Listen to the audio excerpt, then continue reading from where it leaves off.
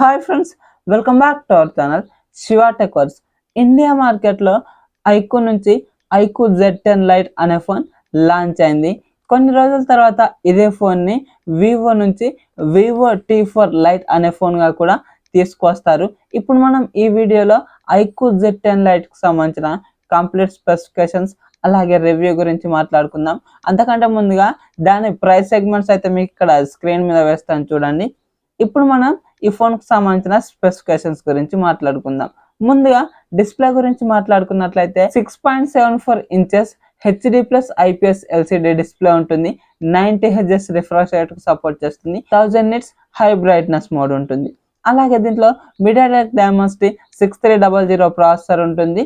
దీనికి 2.4 GHz clock speed కూడా ఉంటుంది. అలాగే LPDDR4X RAM UFS 2.2కి సంబంధించినటువంటి స్టోరేజ్ వేరియంట్లను ఇచ్చారు. దీంట్లో 50 megapixel main camera, Sony camera అన్నట్లు వీళ్ళు చెప్తున్నారు, కానీ ఏ సెన్సార్ అన్నది ఏం చెప్పట్లేదు. అలాగే 2 మెగాపిక్సెల్ డెప్త్ సెన్సార్ ఉంటుంది. అలాగే ఫ్రంట్ 5 మెగాపిక్సెల్ సెల్ఫీ కెమెరా ఇస్తున్నారు. దీంట్లో both rare and front 1080p 30 FPS లోనే వీడియోస్ని రికార్డ్ చేసుకోవచ్చు. అలాగే 6000 mAh battery, 15 watts fast charging support చేస్తుంది.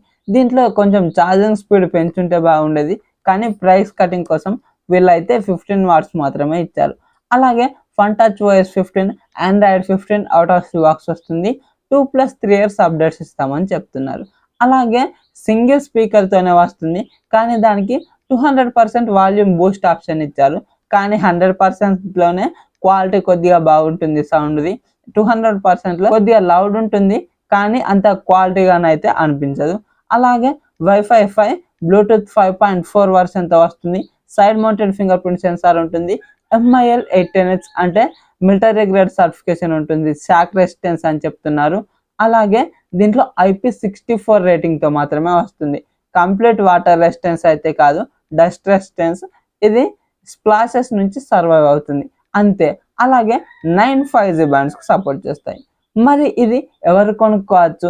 ఇది ఈ 10,000 బడ్జెట్లో మనం కొనుక్కోవచ్చా అంటే, ఎవరైతే కొద్దిగా ఈ బడ్జెట్లో స్మూత్ పర్ఫార్మెన్స్ అలాగే నాకు కొద్దిగా బ్యాటరీ లైఫ్ ఎక్కువగా కావాలన్న వారు మాత్రమే కొనుక్కోవచ్చు.